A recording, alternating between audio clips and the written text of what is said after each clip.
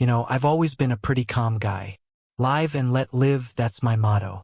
I spent 30 years as a project manager, untangling messes and dealing with egos bigger than Texas, so I figured I'd earned a quiet retirement. My little ranch-style house, a couple of acres out near where the suburbs start to thin into actual countryside, was supposed to be my haven, my peace. After my wife passed a few years back, it became even more important. A place filled with good memories, a place I could just be. So when I decided to take that 2-week fishing trip up to the mountains, a trip I'd been planning for months, the last thing I expected was to come home to what I found. I'd even cut the trip short by a day, feeling a little antsy, a little homesick, which in retrospect feels like some kind of cosmic nudge. I pulled into my gravel driveway, sun just starting to dip below the tree line, feeling that familiar sense of contentment. Home. But something was off. The curtains in the living room window, my curtains, the ones Sarah had picked out, a soft blue paisley, were pulled shut, which was odd. I always left them slightly open to let the afternoon light in for my houseplants. And then I saw it. A battered old minivan, the kind with mismatched panels and a suspicious amount of duct tape holding the bumper on, parked right where my truck usually sat. My stomach did a little flip. Teenagers, maybe? Using my secluded driveway as a makeout spot? Annoying, but not the end of the world. I got out of my car, fishing gear still rattling in the trunk, and walked towards the front door. That's when I heard it, kids. Not just one, but a couple of them yelling and laughing. And then, a woman's voice, sharp and unfamiliar, shouting, "Kevin, if you hit your sister with that again, so help me." My heart started to pound. This wasn't teenagers. This was something else.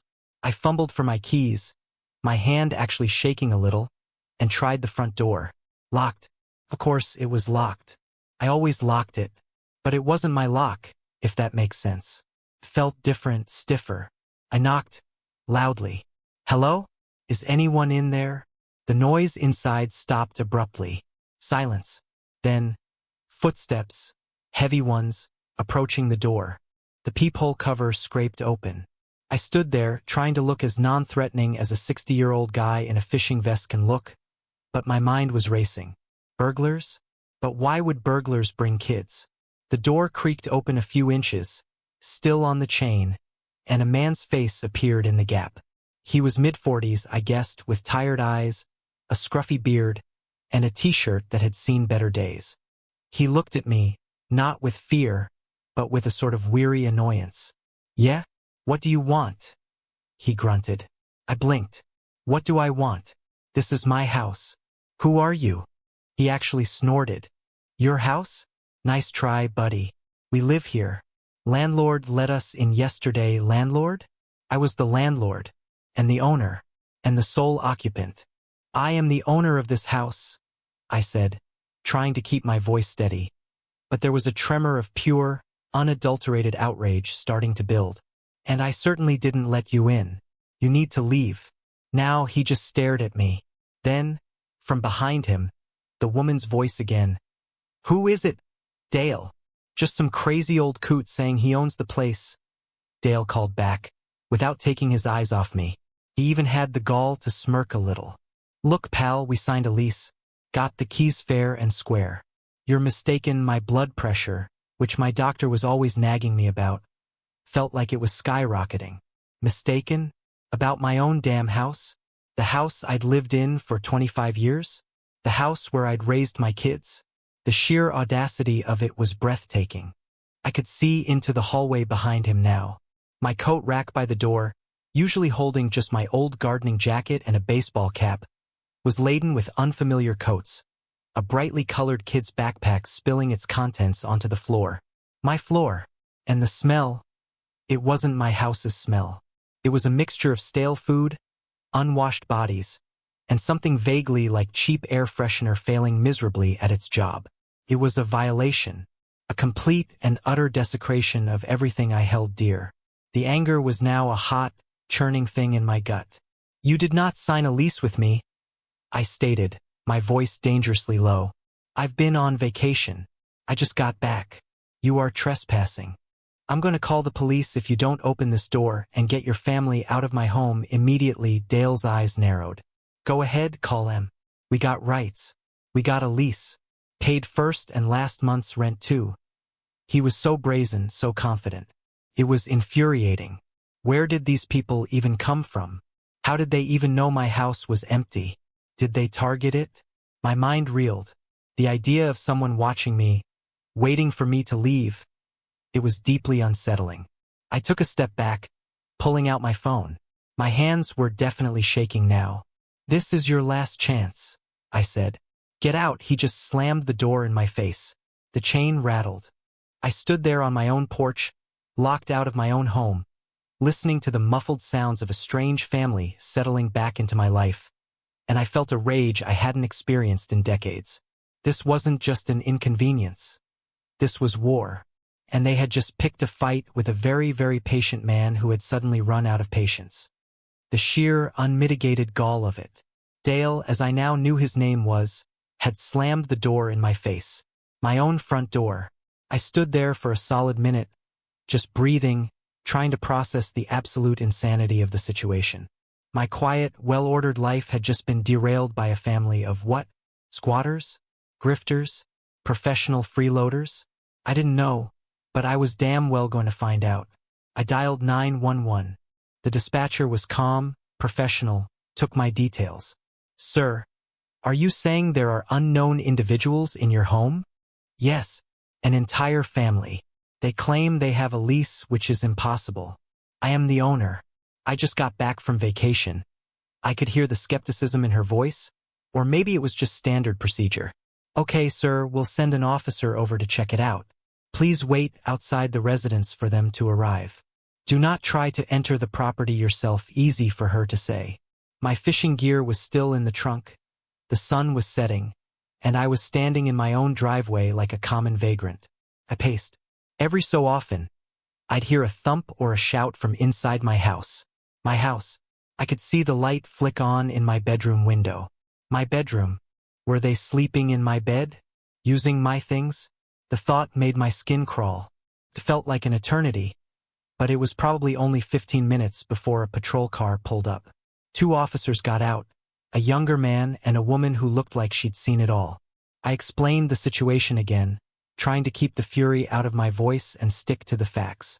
They listened, then approached the house. Officer Miller, the woman, knocked.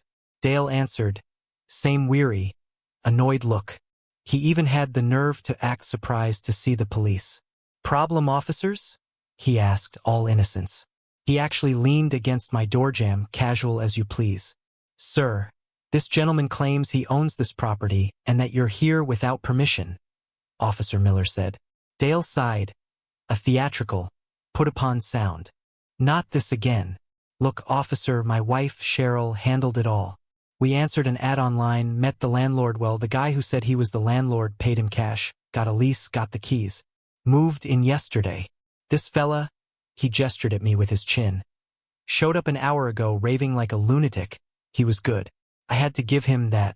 Cool, calm, collected. He sounded almost plausible. If you didn't know he was standing in my house, lying through his teeth. I stepped forward. That's a lie. I am the owner. I have documentation in my car. My driver's license has this address. Officer Miller held up a hand to stop me. Sir, let us handle this, she turned back to Dale. Do you have a copy of this lease, Mr. Johnson? Dale supplied. Dale Johnson. Yeah, Cheryl's got it inside. And the kids are a bit spooked with all this, so if we could... He trailed off, looking concerned. The consummate actor. While Dale went to get this supposed lease, I tried to talk to Officer Ramirez, the younger one. Look, I can show you my ID. My mortgage statements are online, my utility bills. He was polite but non-committal. We need to see what they have, sir. This was when things started to go from bad to worse, because not 2 minutes later, as Dale was presumably fetching his fictional lease, another car pulled up. A pristine white SUV, the kind that always looks freshly washed. And out of it stepped Brenda Crum, president of our homeowners association, scourge of anyone whose lawn was half an inch too long, or whose trash cans were visible from the street for more than the allotted 2 hours. Brenda was, to put it mildly, a busybody with an inflated sense of her own importance. She was in her late 50s, always impeccably dressed in clothes that looked too stiff for comfort, her blonde hair sprayed into a helmet, and a pair of glasses perched on her nose that she peered over disapprovingly at the world. She spotted me, then the police car, then the open front door of my house, and her face, already set in lines of perpetual disapproval, tightened further. "Arthur? What on earth is going on here?" she demanded, marching towards us, her sensible heels clicking on the asphalt. Before I could even open my mouth, Dale and a woman I assumed was Cheryl appeared in the doorway. Cheryl was younger than Dale, thin, with stringy hair and a defiant look in her eyes. She was holding a piece of paper, and she saw Brenda. Her face changed. A flicker of something, recognition? Fear? Then, it smoothed out into an expression of hopeful appeal. "Oh, Mrs. Crum, thank goodness you're here," Cheryl exclaimed, her voice suddenly taking on a whiny, put-upon tone. Brenda stopped, surprised. "You know me?" "Well, we just moved in yesterday," Cheryl said, gesturing vaguely. "Mr. Henderson, our landlord, mentioned you were the HOA president and a very helpful person in the neighborhood." My jaw dropped. Mr. Henderson? They were inventing names now, and sucking up to Brenda? This was a level of devious I hadn't anticipated. Brenda, however, puffed up visibly at the compliment. "Well, yes, I am. And who might you be?" "Cheryl Johnson, and this is my husband Dale. We just rented this lovely home." She held up the piece of paper. "We have our lease right here." Brenda looked from Cheryl to me, her eyes narrowing with suspicion, not at the Johnsons, but at me. "Arthur, what is the meaning of this? Are you harassing these new residents?" "Harassing? I was harassing them? In my own home?" "Brenda, these people are squatters. They've broken into my house. I own this house. I've never seen them before in my life." I was practically sputtering. Officer Miller stepped in. "Ma'am, we're trying to sort this out. Mr. She looked at me. "Mr. Jensen here says he's the owner." "Of course, he's the owner." Brenda snapped as if the police were idiots. Then she turned back to me. "Arthur, did you rent your house out while you were on vacation and forget?" "Forget? Did she think I had dementia?" "No, Brenda, I did not rent my house out and forget," I said, my voice rising despite my best efforts. "These people are lying." Cheryl let out a little sniffle. "He's scaring the children, Mrs. Crum. He was yelling and banging on the door. We're just a decent family trying to start over." "Oh, she was good too." The damsel in distress. Dale put a protective arm around her. Brenda looked at them, then back at me, her expression hardening into one of utter conviction. "Arthur, I've known you for years. You've always been a bit reclusive. Perhaps you're confused. These people seem perfectly fine. They have a lease." She hadn't even seen the lease yet. Officer Miller finally took the paper from Cheryl. She scanned it. I saw her brow furrow slightly. "This lease, it's handwritten on a generic form. It says Mr. Henderson as landlord. There's no contact information for this Mr. Henderson," Cheryl piped up. "He said he was going out of the country for a long time, right after he gave us the keys. A real nice older gentleman. Said he inherited the place and just wanted good tenants." It was a surprisingly detailed lie. They'd clearly rehearsed this. Brenda, however, was nodding along as if this was the most sensible explanation in the world. "Well, there you have it, officers. It seems perfectly straightforward. Arthur must be mistaken. Or perhaps he's having a senior moment." A senior moment. The absolute nerve of that woman. I felt my face flush with anger. "Brenda, that is outrageous. This is my home. My name is on the deed, on the mortgage, on every utility bill." Brenda waved a dismissive hand. "Paperwork can be complicated, Arthur. The fact is, these people are in possession, they have a lease, however informal, and they seem to have paid rent. You're causing a disturbance. That's when it happened." Brenda Crum, HOA president extraordinaire, puffed herself up to her full, self-important height, whipped out her own phone, and said, with a voice dripping with righteous indignation, "Officers, This man is clearly trespassing and harassing these poor people. I'm calling 911 to report him. She actually dialed 911. On me. Standing in my own driveway trying to get squatters out of my house, while the HOA president, who was supposed to uphold community standards, accused me of trespassing. The world had officially gone mad. The officers looked at each other, then at Brenda, then at me, a silent conversation passing between them that I wasn't privy to, but I could guess its contents. This was escalating, and not in my favor.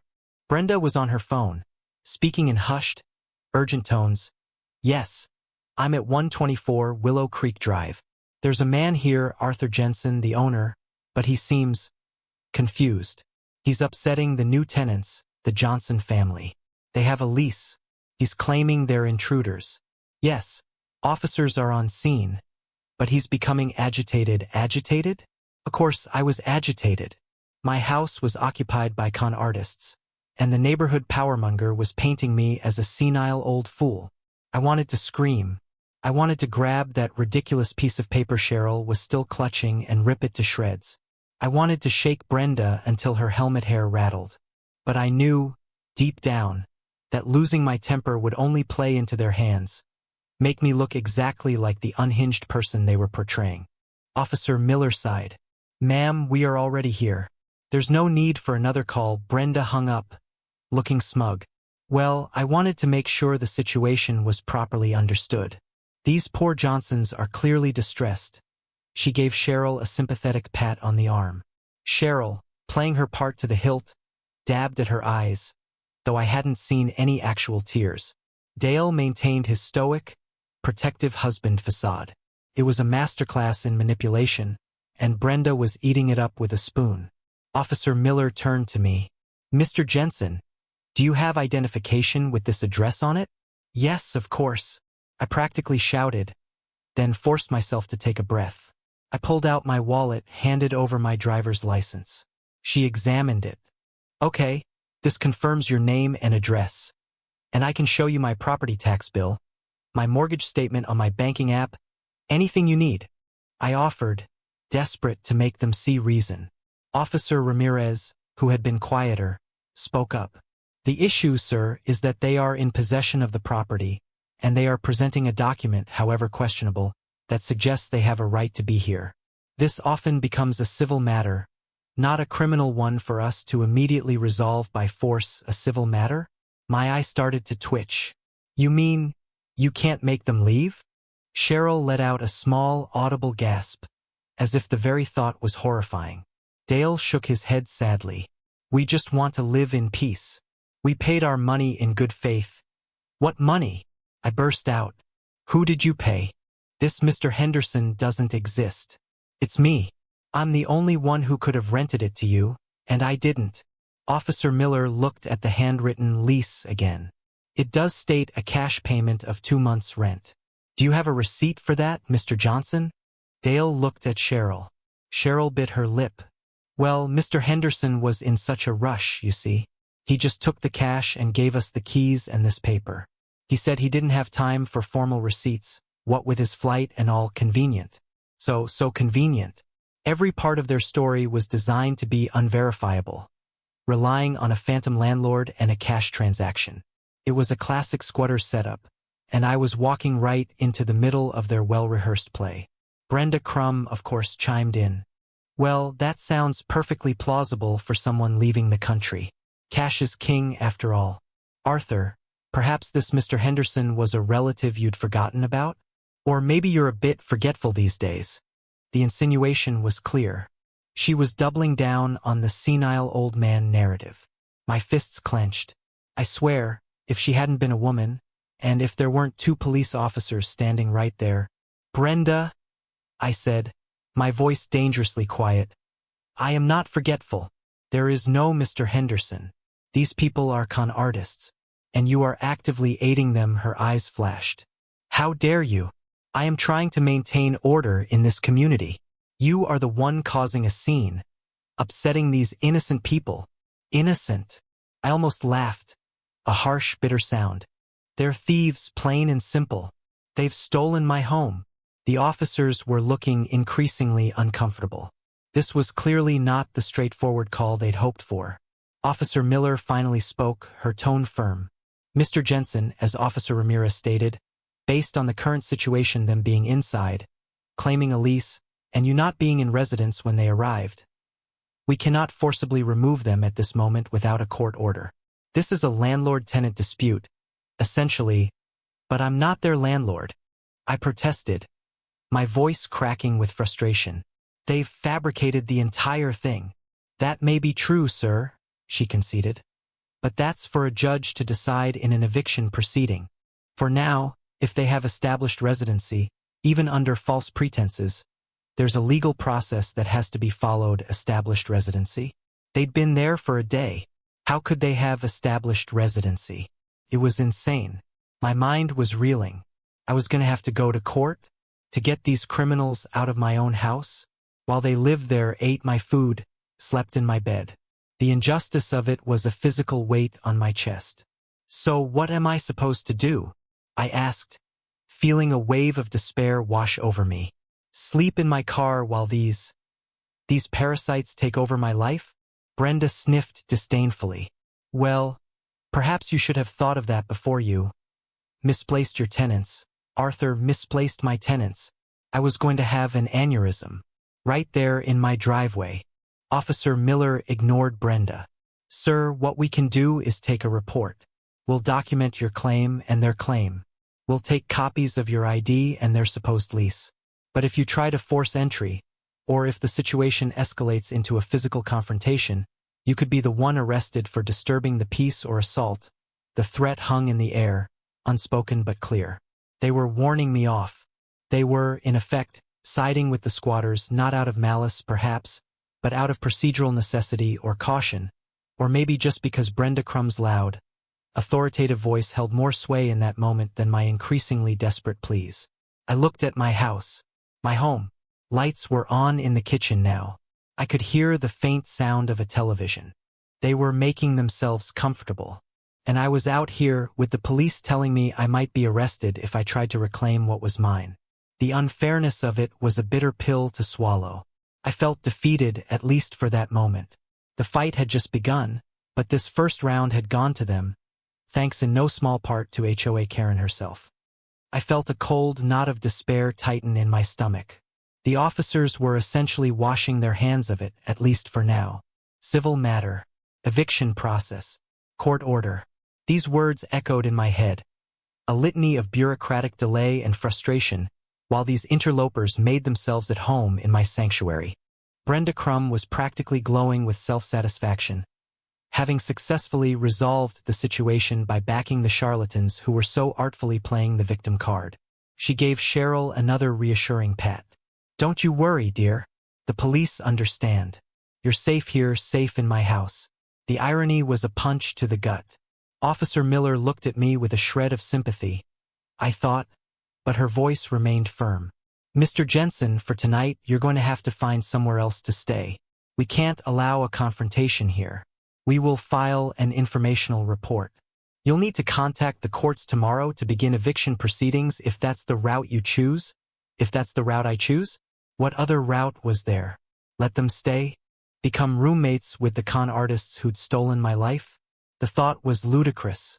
Where am I supposed to go? I asked, the words feeling heavy and defeated. My fishing gear was in the trunk.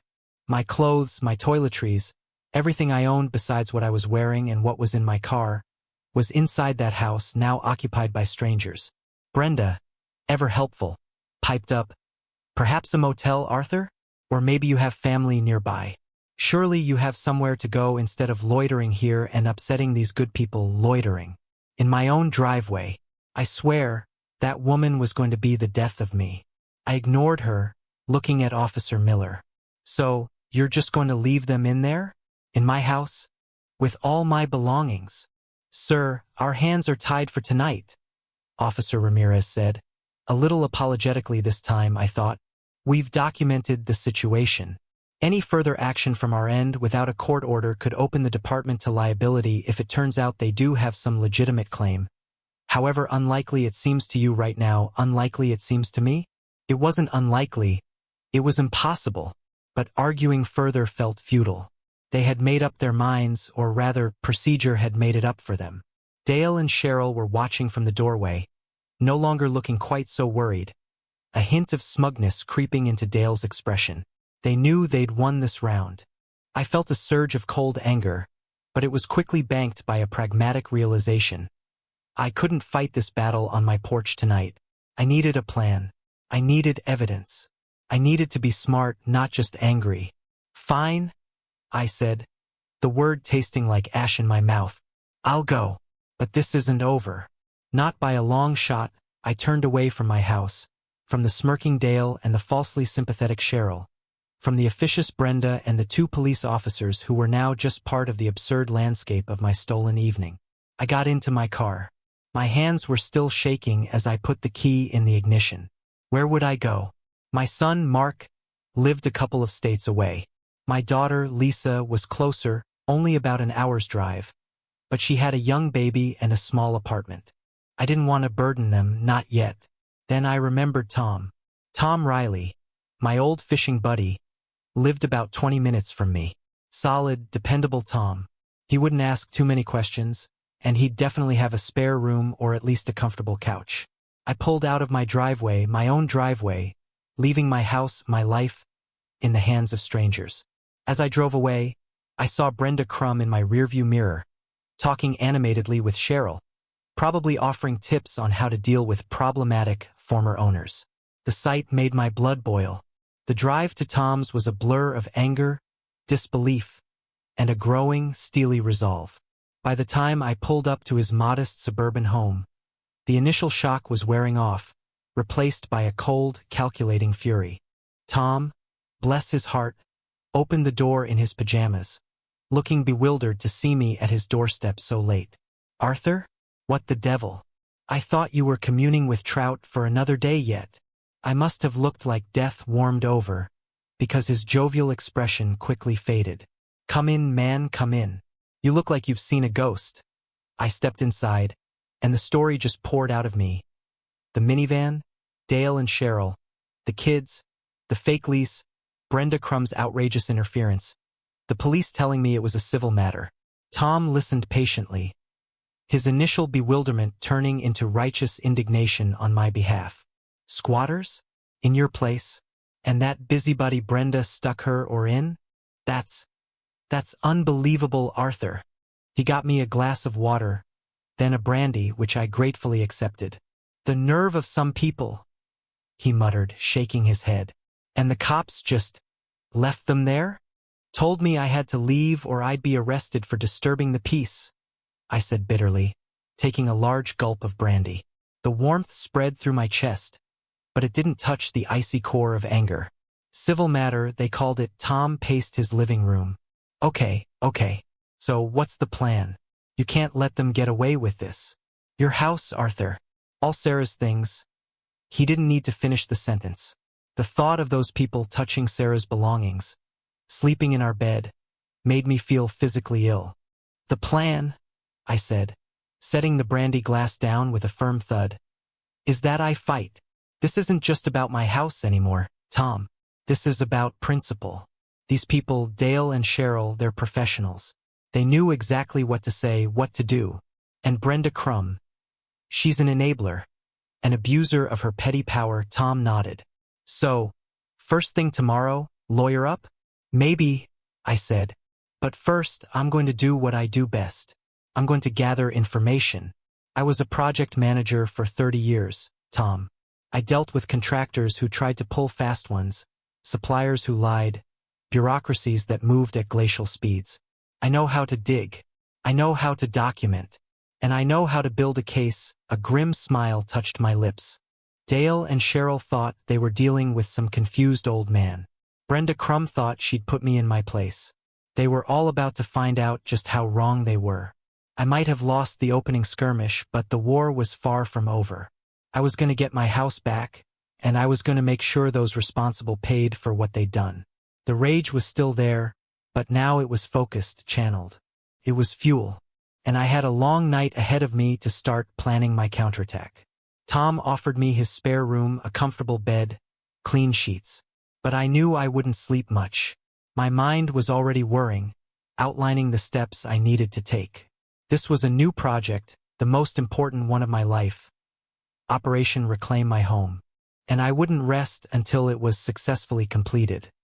The next morning, I was up before dawn, even though I'd barely slept. Tom, bless him, had left a pot of coffee brewing and a note saying he was off to his early golf game, but to help myself to anything in the kitchen. The quiet of his house was a stark contrast to the chaos I imagined was unfolding in my own. My first order of business was documentation. I might have been temporarily locked out of my house, but I wasn't locked out of my life. I had my laptop with me. Thank God I'd taken it on vacation, thinking I might want to check emails or look up fishing spots. I sat at Tom's kitchen table and started pulling up every piece of evidence I could think of. My digitized deed to the property, scanned years ago and stored securely in the cloud. My mortgage statements, easily accessible through my online banking portal, showing a consistent history of payments for 124 Willow Creek Drive. My property tax records from the county website, clearly listing me as the owner and taxpayer. Utility bills, electricity, water, gas, internet, all in my name, all for that address, all with a long history of payment. I downloaded everything, saved multiple copies, and even emailed a set to myself and Tom for good measure. Next, I started drafting a timeline of events, as meticulously as I would have for any major project. From the moment I left for vacation, noting the date and time, to my early return, the discovery of the squatters, the dialogue with Dale, Brenda Crumb's arrival, the interaction with the police, every detail I could remember. I noted names, times, specific phrases used. This was crucial. Memories fade, details get blurred, but a contemporaneous written record is powerful. Then I turned my attention to the enemy. Dale and Cheryl Johnson. They had a minivan. I remembered the make, the color, even a couple of the distinctive dents and the duct tape on the bumper. I didn't have the plate number, unfortunately. In my shock and anger, I hadn't thought to jot it down. A mistake, but not an insurmountable one. I started with a simple online search for Dale and Cheryl Johnson squatters, along with my state. It was a long shot, but sometimes you get lucky. Nothing immediately jumped out, but I bookmarked a few forums and social media groups dedicated to landlord issues and squatter horror stories. Maybe their names or their MO would ring a bell with someone. The Mr. Henderson they'd invented. That was a key part of their story. I searched for any property records connected to a Henderson in my area, trying to see if they perhaps used a real name of a deceased or absent property owner in the past. It was a fishing expedition, but information was power. Then Brenda Crumb. Oh, Brenda. I did a deep dive into our HOA's online presence. We had a clunky, outdated website, mostly used for posting meeting minutes and architectural review forms. I started downloading every set of meeting minutes I could find, going back years. I was looking for patterns. Brenda had been president for the last 5 years. Were there other complaints about her? Other instances where she'd overstepped or made questionable judgment calls? I remembered a few grumblings from neighbors over the years about her heavy-handed enforcement of petty rules, but nothing that had ever escalated to this level. Still, it was worth investigating. I also pulled up the HOA's covenants, conditions, and restrictions, CC and RS, and the bylaws. I needed to understand exactly what powers Brenda, as president, actually had, and what recourse homeowners had against the board or its president if they acted improperly. Knowledge is leverage. As I worked, the anger from the night before began to transform. It was still there, a simmering coal, but it was now overlaid with a cold, clear determination. This wasn't just an emotional outburst anymore. It was a strategic campaign. I was building my arsenal of facts. Around mid-morning, I called my daughter, Lisa. I kept my voice calm, explained the situation briefly, reassuring her I was safe and staying with Tom. Predictably, she was horrified and furious on my behalf. Dad, that's awful. That Brenda Crumb. I remember her.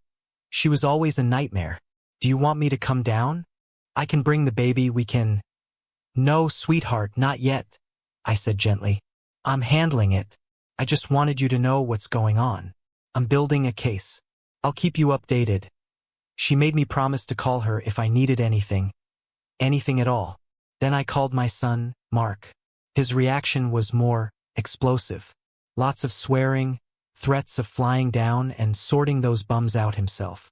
I managed to calm him down, explaining that brute force wasn't the answer here. This needed a scalpel, not a sledgehammer. By early afternoon, I had a pretty solid digital dossier. The next step was a physical one. I needed to go back to my neighborhood. Not to my house, not yet. But I needed to talk to my neighbors. Were there any security cameras that might have caught the Johnsons arriving? Had anyone seen this mythical Mr. Henderson? I called Tom, told him my plan. He offered to come with me, for moral support and as a witness. I was grateful. We drove to my neighborhood, parking a street away from my house. We walked casually, trying not to look like we were casing the area. My heart pounded as we got closer to Willow Creek Drive. I could see my house from the corner. The minivan was still there, curtains still drawn. It looked occupied, defiled. I took a deep breath. First stop, Mrs. Gable, my neighbor to the east. Elderly, a bit of a gossip, but sharp as a tack and missed nothing. She was out tending her roses. When she saw me, her eyes widened. Arthur, I heard there was some commotion at your place yesterday. That dreadful Brenda Crum was holding court in your driveway with some new people and the police. I saw it all from my window. Bingo. I explained, as calmly as I could, what had happened. Mrs. Gable was aghast. Squatters? In your house? Arthur, that's terrible. And that Johnson family, they looked rather shifty, if you ask me. The children were running wild in your yard this morning, pulling petals off my prize, winning hybrid teas that overhang your fence. Another piece of information. They weren't exactly model tenants. Mrs. Gable, I asked, did you happen to see when they arrived? Or who let them in? They claim a Mr. Henderson rented it to them, she frowned, thinking. Well, I saw the minivan pull up the day before yesterday afternoon. They just moved in, unloaded a bunch of stuff. I didn't see anyone else with them. No Mr. Henderson that I recall. I just assumed you'd hired a house sitter or something, though it seemed a bit odd they had so much luggage for a short stay. Her testimony was gold. No mystery landlord. They just showed up and took over.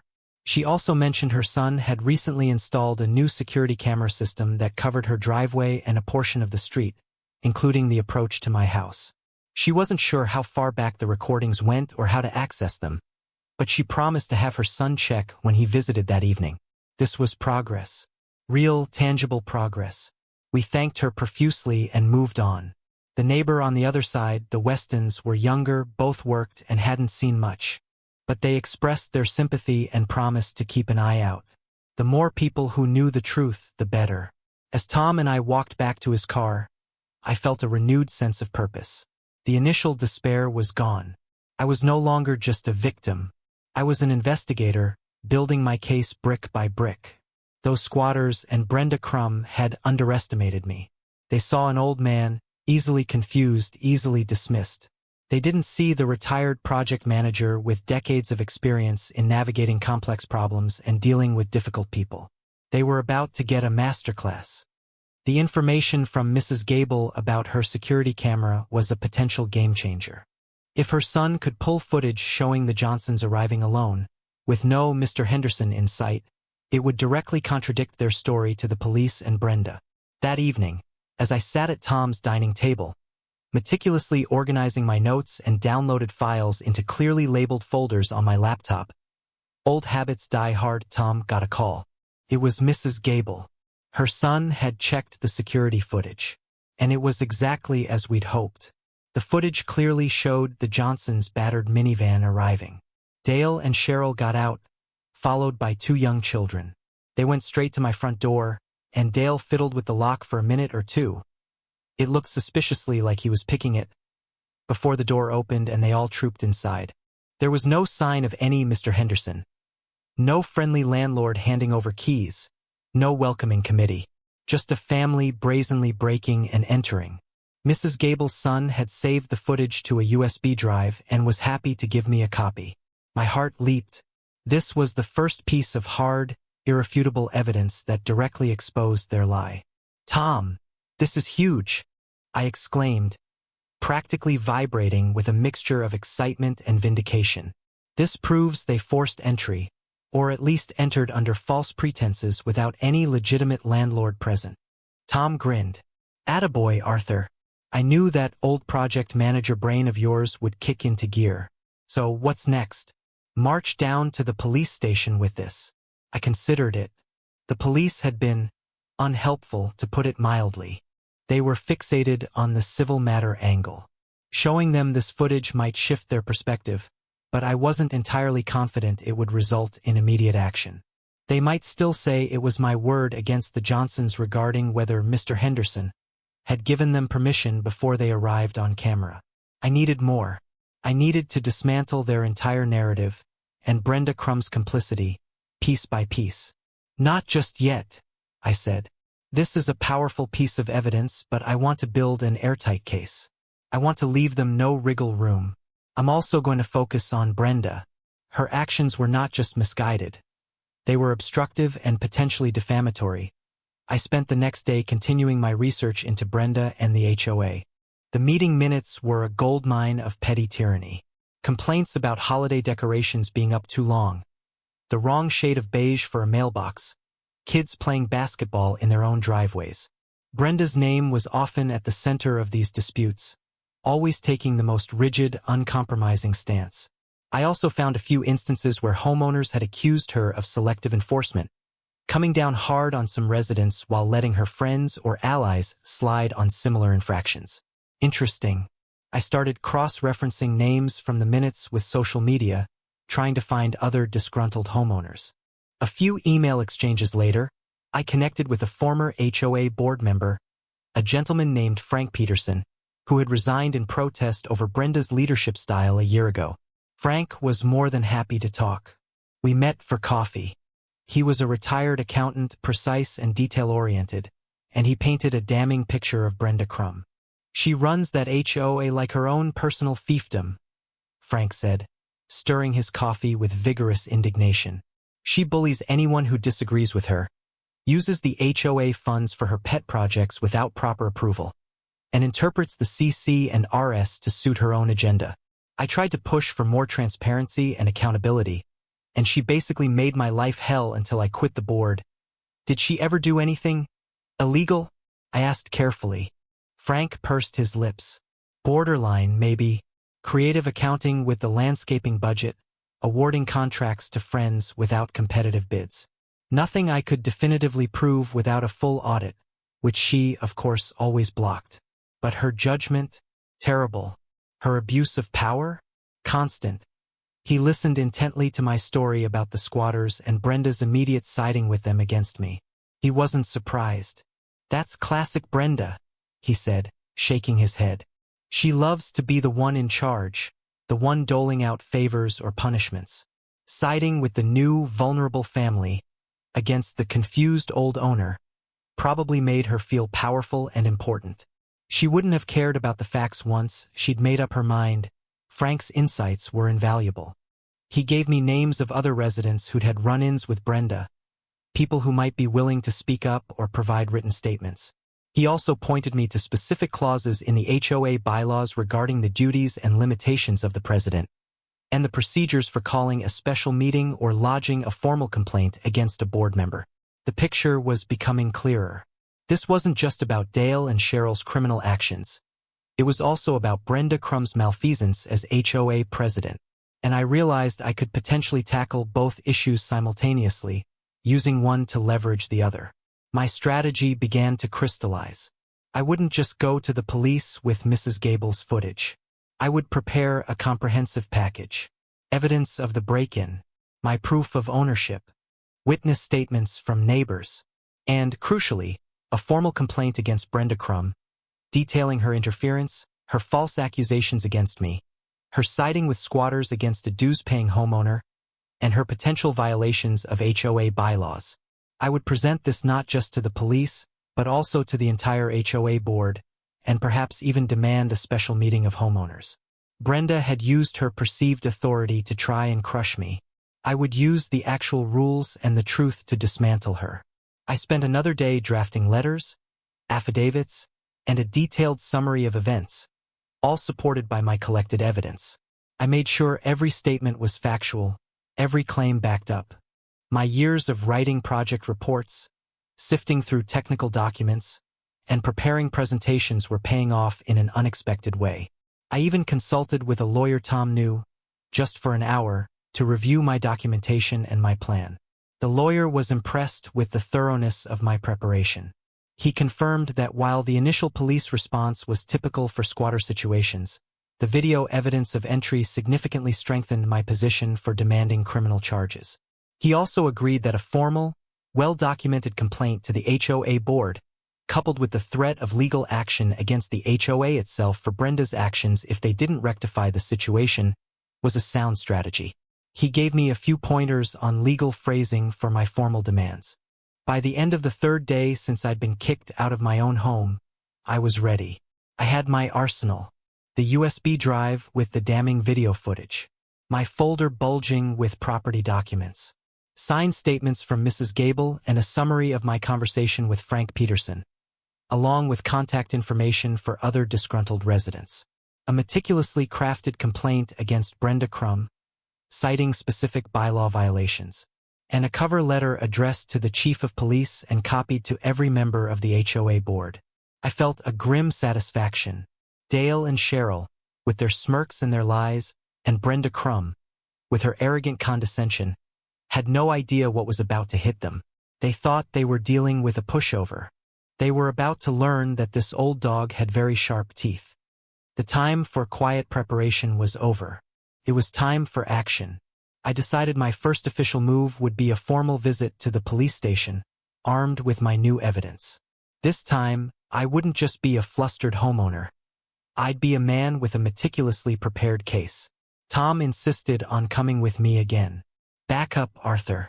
And I want to see their faces when you lay it all out." We walked into the station, and I asked to speak with a detective or a supervisor, specifically mentioning the informational report filed a few nights prior regarding the incident at my address. After a short wait, we were shown into a small office where a Detective Reynolds, a tired-looking man with a preoccupied air, listened to my initial recap. I could see the familiar skepticism in his eyes. "Yes, Mr. Jensen, I've reviewed the patrol officer's report. It's noted as a civil dispute, landlord-tenant issue." "With all due respect, Detective," I interrupted, keeping my voice firm but polite. "That initial assessment was made without all the facts and under considerable pressure from our HOA president, who frankly had no business interfering and actively misled your officers." I then laid out my folder. "I have irrefutable proof of ownership, which your officers did see. But what they didn't see and what the individuals occupying my home lied about was how they gained entry." I placed the USB drive on his desk. "This is security camera footage from my neighbor. It shows the individuals, Dale and Cheryl Johnson, arriving at my empty house. It shows Mr. Johnson tampering with my front door lock. It shows them entering my home with no Mr. Henderson present, contrary to their claims. It shows, in essence, a break-in." Detective Reynolds' eyebrows went up. He picked up the USB drive. "You have footage of the entry?" "Yes, sir. And statements from neighbors who saw them arrive and can confirm no other individual was present to grant them access." I then handed him my detailed timeline, copies of my ownership documents, and Mrs. Gable's signed statement. He started looking through the papers, his expression slowly changing from weary skepticism to focused attention. He plugged the USB into his computer and watched the footage. I saw his jaw tighten as he observed Dale fiddling with my lock. When it was done, he looked at me, then at Tom, then back at me. "Well, Mr. Jensen," he said slowly, This certainly changes things. The initial report was based on their claim of a lease and being let in. This footage contradicts that directly." "Exactly," I said. "They lied. They are not tenants.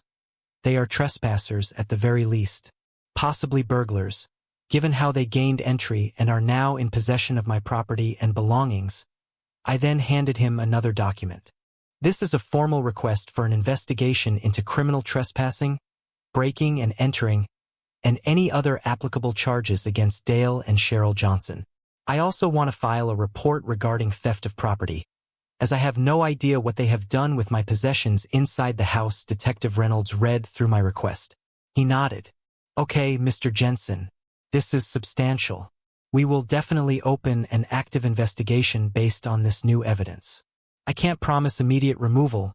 That can still get complicated if they've established any kind of de facto residency, even fraudulently. But this footage gives us grounds to pursue criminal charges, which is a different avenue. It wasn't the immediate eviction I craved, but it was a significant step. Criminal charges would put immense pressure on the Johnsons.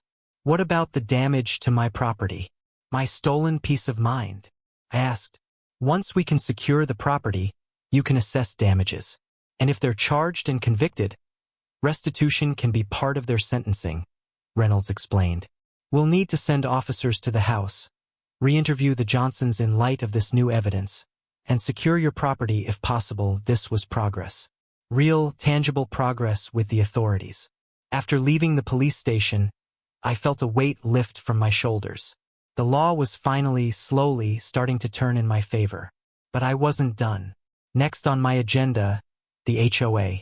I had copies of my entire evidence package, plus the specific complaint against Brenda Crum, ready for each board member. The HOA board consisted of Brenda, as president, a treasurer, a secretary, and 2 members at large. I knew all their names and addresses from the HOA website and Frank Peterson's information. I decided on a personal delivery for Brenda. I wanted to see her face. Tom, ever the stalwart companion, drove me to Brenda Crum's house. It was predictably immaculate. Manicured lawn, perfectly pruned rose bushes, unlike mine, which were probably being decimated by the Johnson kids, and a freshly painted front door. I rang the bell. Brenda opened it, a half-eaten sandwich in her hand, a look of surprise quickly morphing into annoyance when she saw me. Arthur, what do you want? I thought we settled that business with your tenants. The condescension was still there, thick and cloying. No, Brenda, we did not settle it, I said, my voice cold as ice. And they are not my tenants. They are criminals who broke into my home. And you, Brenda, actively aided and abetted them, and libeled me in the process. I handed her a thick envelope. This is a formal complaint against you, submitted to the entire HOA board, detailing your misconduct. It includes evidence of the Johnsons' illegal entry into my home, my proof of ownership, and witness statements. It also outlines your violations of HOA bylaws and your abuse of your position as president. Her eyes widened as she took the envelope. Her face, usually so smug, paled slightly. What is this nonsense? It's the truth, Brenda. Something you seem to have a problem with. You slandered me to the police, accused me of being senile, and actively worked to prevent me from reclaiming my property from invaders. Your actions were not just unneighborly. They were malicious and a gross dereliction of your duties. She started to bluster. How dare you? I was trying to help. Those people are con artists, Brenda. And you fell for it hook, line, and sinker because it fed your ego to play the savior. Or perhaps you had other motivations. Either way, your reign of petty tyranny over this neighborhood is about to be seriously challenged. I didn't raise my voice. I didn't need to. The evidence in that envelope spoke volumes. The other board members are receiving copies of this as we speak, I continued. I am also formally requesting a special meeting of the HOA, as per the bylaws, to address your conduct and demand your immediate resignation or removal as president. Furthermore, I have already presented this evidence to the police, who have opened a criminal investigation against the Johnsons. Brenda was speechless. Her mouth opened and closed a few times, but no sound came out. The color had completely drained from her face. The half-eaten sandwich in her hand seemed to tremble. You can't, she finally stammered. Oh, I can, Brenda. And I have. You picked the wrong confused old man to mess with. I gave her one last hard look. Read the documents. You'll find it all very clearly laid out. I expect to hear from the board regarding the special meeting very soon. With that, I turned and walked away, Tom following silently beside me. As we reached the car, I glanced back. Brenda Crum was still standing in her doorway, envelope clutched in her hand, looking utterly stunned. The satisfaction was immense, but it was a cold, hard satisfaction. This wasn't about petty revenge. It was about justice. It was about reclaiming not just my home, but my dignity. The rest of that day was spent delivering the evidence packages to the other 4 HOA board members. Their reactions ranged from polite concern, from the secretary, a timid woman named Carol, to visible shock and anger from one of the members at large, a no-nonsense retired military man named Colonel Davis, who, I later learned, had his own history of clashes with Brenda's overreach. I made sure to verbally summarize the key points to each of them, emphasizing the video evidence of the break-in and Brenda's role in obstructing justice at my home. I wasn't just dropping off papers. I was making my case personally. By evening, the hornet's nest had been well and truly kicked. My phone started ringing. First, it was Carol, the HOA secretary, sounding flustered but sympathetic. "Mr. Jensen, I've read your complaint and seen the video link. This is dreadful. I had no idea. Brenda just told us you were having some sort of dispute with new renters." "They're not renters, Carol. They're criminals," I reiterated gently. "And Brenda knew I was the owner. She chose to believe them over me, a long-term resident and dues-paying member, and then actively worked against me with the police." Carol apologized profusely and assured me the board would take this very seriously. Next came a call from Colonel Davis. His tone was clipped and furious. "Jensen, Davis here. Read your package. Damning. Absolutely damning. That woman, Crum, has gone too far this time. Way too far. Interfering with a police matter? Siding with vagrants against a homeowner? Unconscionable." He assured me he would be pushing for an emergency board meeting immediately and would fully support my call for Brenda's removal. "About time someone stood up to her properly," he huffed. The treasurer and the other member at large also called, expressing similar sentiments of shock and a desire for swift board action. It seemed Brenda's support network, if she ever truly had one beyond her own self-importance, was crumbling fast. The following morning, I received an official email from Carol, the HOA secretary. An emergency HOA board meeting had been called for that very evening to discuss the serious allegations raised by Mr. Arthur Jensen against President Brenda Crum and the situation at 124 Willow Creek Drive. I was, of course, invited to attend and present my case. Simultaneously, Detective Reynolds called me. "Mr. Jensen, we sent a team to your residence this morning with a warrant to search for the individuals named Dale and Cheryl Johnson, based on the evidence you provided. We also intended to interview them regarding the alleged fraudulent lease and unlawful entry." My heart leaped. "And? Did you find them?" There was a pause. "Here's where it gets interesting, Mr. Jensen. The house was empty. Completely empty. Empty?" My mind raced. "What do you mean empty? Their minivan? Their things?" "Van's gone. Neighbors reported seeing it leave very early this morning, before dawn. Inside, the house is, well, it's not how you left it, I imagine, but it's clear they packed up whatever belongings they had and departed in a hurry. Looks like they got spooked. They must have realized the police might be coming back. Perhaps after Brenda got my package and panicked. Or maybe they just knew their time was up once real evidence surfaced." "So, they're gone?" I asked, a wave of relief so profound it almost buckled my knees, washing over me. "They're gone from the house, yes. We're putting out an alert for their vehicle and their descriptions. They may have committed similar offenses elsewhere. But for now, your house is vacant. My house. It was almost too much to take in." Kani guama. "Yes, Mr. Jensen. It's your property. We've done a preliminary sweep. There's no one there. We'll need to process it for any evidence they might have left behind, fingerprints, that sort of thing, but you have the right to re-enter your home. I'd advise changing the locks immediately." Changing the locks was the understatement of the year. I'd be replacing the entire door if necessary. "Detective, thank you. Thank you for acting so quickly. Your evidence was compelling, Mr. Jensen. Made our job much easier." After hanging up, I just sat there for a moment, letting the news sink in. They were gone. The squatters were gone. I didn't have to go through a lengthy eviction battle in court. They had fled like the vermin they were. The first and most immediate threat was neutralized. Tom, who had been listening with barely concealed excitement, clapped me on the shoulder. "You did it, Arthur. You scared him off. That meticulous brain of yours won the day." A wide grin spread across my face. It was a victory, a huge one. But the fight wasn't completely over. There was still the matter of Brenda Crumb and the HOA meeting that evening. And then there was the state of my house. I dreaded to think what I might find. I called a locksmith immediately and arranged to meet him at my house in an hour. Then Tom and I drove over.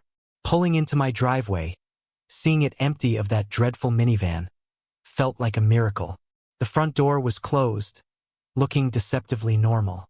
The locksmith arrived, and within 30 minutes, I had new high-security locks on all my doors.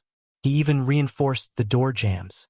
As he worked, I steeled myself, and then, with Tom by my side, I opened my front door. The smell hit me first. The same stale, unpleasant odor I'd noticed before, but now mingled with the lingering scent of cheap, greasy food. The house was a mess. Not trashed in a malicious, destructive way, but clearly lived in hard by people who had no respect for property. Dirty dishes piled in the sink, wrappers and empty food containers on the counters, smudged handprints on the walls. My living room furniture was out of place, a child's sticky juice stain on my favorite armchair. They'd clearly gone through my things. Drawers were slightly ajar in the hallway console. In my bedroom, the bed was unmade, the sheets rumpled and foreign. They had slept in my bed. The violation felt profound. But they hadn't stolen any large items, as far as I could tell on a quick inspection. My TV was still there, my computer in my office. They had taken some food from the pantry and fridge, and probably some small, easily portable items I wouldn't miss until I looked for them. It was disgusting, infuriating, but also manageable. Could have been so much worse. The main thing was they were gone. I could clean. I could reclaim my space. I could make it mine again. As I stood in the middle of my living room, surveying the disarray, my resolve hardened for the evening's HOA meeting. The Johnsons might have fled, but Brenda Crumb was still here, and she still had to answer for her role in this nightmare. My home was back in my possession, but justice wasn't fully served yet. The HOA emergency board meeting was scheduled for 7 p.m. in the small community clubhouse. I spent the afternoon starting the cleanup of my house, fueled by a mixture of adrenaline and righteous anger. Tom helped, and his presence was a godsend, both practically and emotionally. Every dirty sock I found that wasn't mine, every discarded food wrapper, just solidified my determination to hold Brenda Crumb accountable. By the time I'd showered and changed into a clean shirt and slacks, a metaphorical shedding of the grime they'd left behind, I felt ready. Tom drove me to the clubhouse. The other 4 board members were already there, seated around a long table, looking somber. Carol, the secretary, gave me a small, encouraging smile. Colonel Davis nodded curtly, his expression grim. Brenda Crumb arrived a few minutes late, looking flustered and unusually disheveled. Her usual helmet of hair was slightly askew, and there were dark circles under her eyes. She avoided eye contact with me as she took her seat at the head of the table, though it was clear her usual bluster was significantly diminished. Colonel Davis, acting as de facto chair in the absence of Brenda's usual control, called the meeting to order. This emergency meeting has been convened to address the serious complaint lodged by Mr. Arthur Jensen against President Brenda Crumb, and to discuss the recent events at Mr. Jensen's property. Mr. Jensen, the floor is yours. I stood up. I had my notes, but I found I barely needed them. I calmly and factually recounted the events, starting with my return from vacation, the discovery of the squatters, their fabricated story, and then, crucially, Brenda's arrival and immediate, unquestioning support for the intruders. I detailed her dismissive attitude towards me, her accusations of my senility, her call to 911 against me, and her active interference with the initial police assessment by vouching for the squatters. I then presented the evidence, the USB with the security footage which I offered to play for them. They'd all seen the link, but seeing it again in this context would be powerful. My proof of ownership and the statements from Mrs. Gable and Frank Peterson. I explained how the police, upon seeing this new evidence, had opened a criminal investigation and that the squatters had subsequently fled my property. My home was violated, I said, my voice steady but firm. My peace of mind shattered.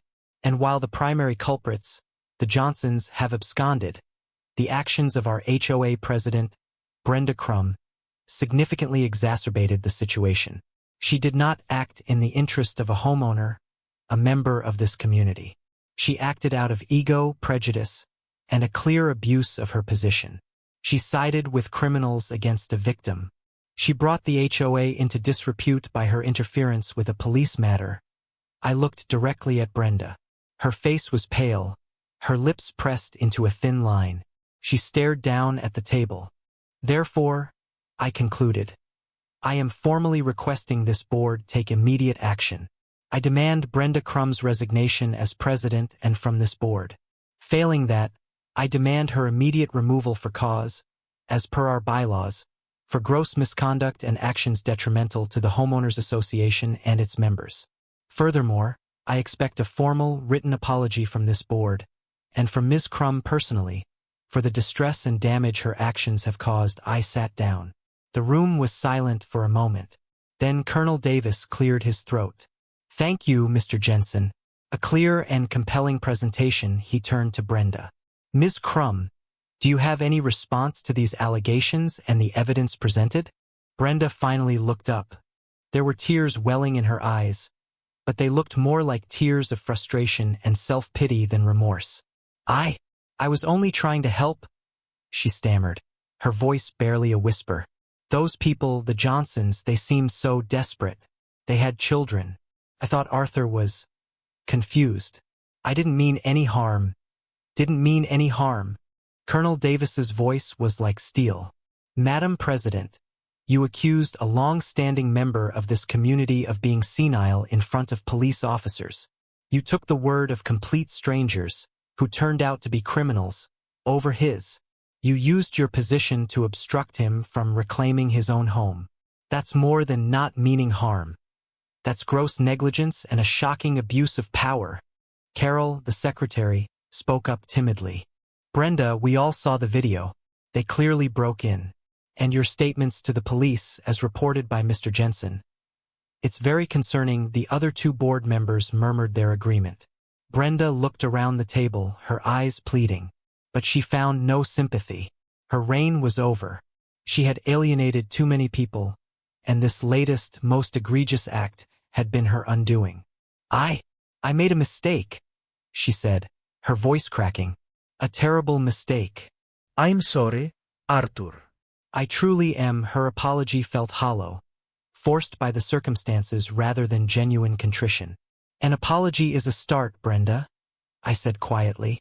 But it doesn't undo the damage, nor does it excuse your behavior. You are unfit to lead this community. Colonel Davis nodded. I believe a motion is in order. Does anyone wish to make a motion regarding Ms. Crum's position on this board? One of the members at large immediately spoke. I move that Brenda Crum be removed from her position as president and as a member of the HOA Board of Directors, effective immediately, for gross misconduct and actions detrimental to the association, as outlined in Mr. Jensen's complaint and supported by the evidence. Carol seconded the motion. Colonel Davis called for a vote. It was unanimous, 4-0, with Brenda abstaining, though her vote wouldn't have mattered. The motion carries, Colonel Davis announced, his voice devoid of triumph, just factual. Brenda Crum, you are hereby removed from the HOA board. Please tender your resignation from any committees and return all HOA property in your possession to the secretary by tomorrow. Brenda just stared at the table, tears now openly streaming down her face. She looked small, defeated.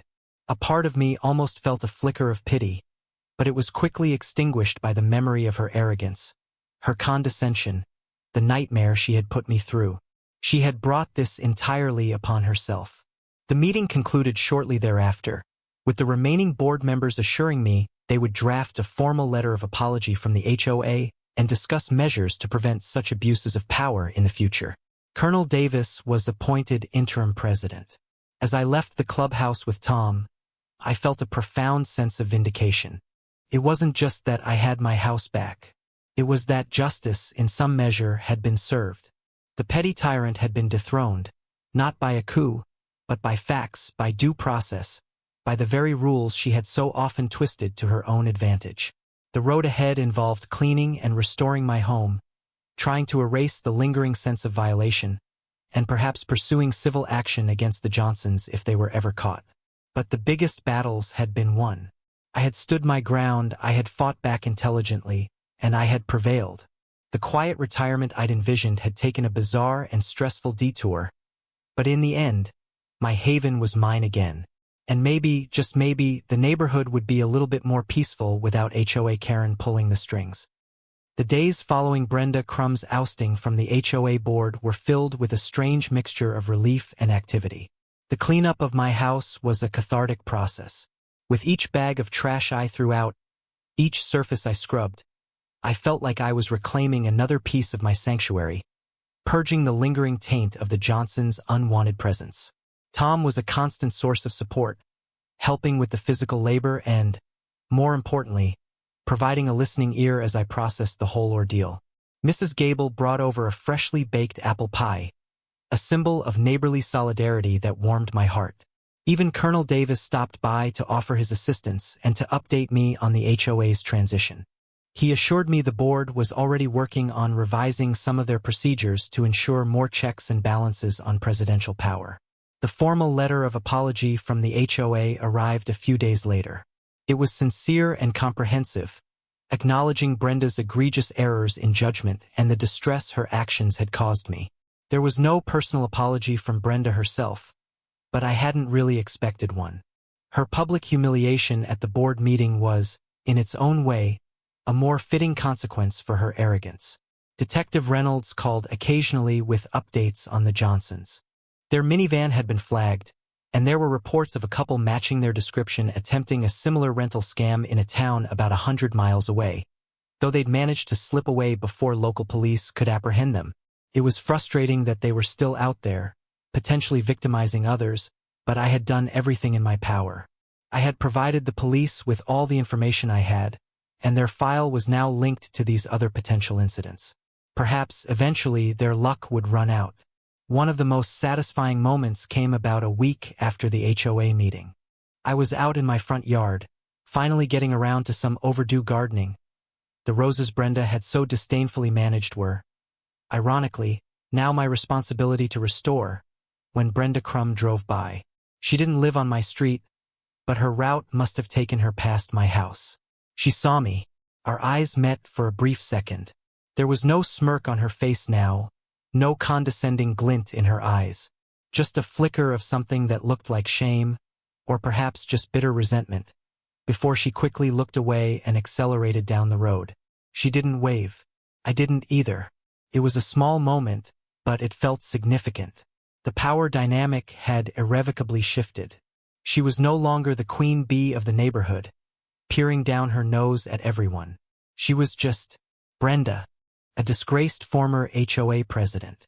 Life in the neighborhood did seem to settle into a new, more relaxed rhythm. Without Brenda's constant patrolling and nitpicking, there was a palpable sense of ease. People lingered longer in their yards, chatting over fences. Kids' laughter seemed a bit louder, less constrained. It was as if a low-grade fever the community hadn't even realized it had finally broken. I slowly began to feel truly at home again. The lingering unease, the feeling of violation, started to fade. I rearranged the furniture back to how Sarah and I had liked it. I bought a new, comfy armchair to replace the one the Johnson kid had stained. I deep-cleaned every nook and cranny, and then I opened all the windows, letting the fresh spring air chase away the last vestiges of their unwelcome stay. My house started to smell like home again, like old books, lemon polish, and the faint, comforting scent of the roses blooming just outside the window. I even, somewhat reluctantly at first, started leaving my living room curtains slightly open again in the afternoons, for the houseplants. It was a small act of reclaiming normalcy, of refusing to let the actions of a few malicious people permanently alter the way I lived in my own space. This whole experience, as awful as it was, taught me a few things. It reaffirmed my belief in the power of meticulous preparation and unwavering determination. It showed me that even in the face of bureaucratic indifference or outright obstruction, the truth, if pursued relentlessly and presented clearly, can prevail. It also reminded me of the importance of good neighbors and true friends, people like Tom and Mrs. Gable, who stood by me without question. And it taught me that sometimes you have to fight for your peace. My quiet retirement hadn't been quite as quiet as I'd planned, but I had faced down squatters, a tyrannical HOA president, and the inertia of the system, and I had come out on top. My little ranch house, my haven, was mine again, more cherished now perhaps than ever before. And as I sat on my porch in the evenings, watching the sunset paint the sky, sipping a cup of tea, I knew I had earned this peace. It wasn't just given. It was reclaimed. And that, I realized, made it all the sweeter. So, if you ever find yourself in a situation where you feel powerless, where it seems like the world is against you, remember my story. Don't give in to despair. Gather your facts. Find your allies. Stand your ground. Because sometimes, even when it feels impossible, you can fight back. And you can win. And believe me, there's no satisfaction quite like taking back what's rightfully yours and seeing justice served, one carefully documented step at a time.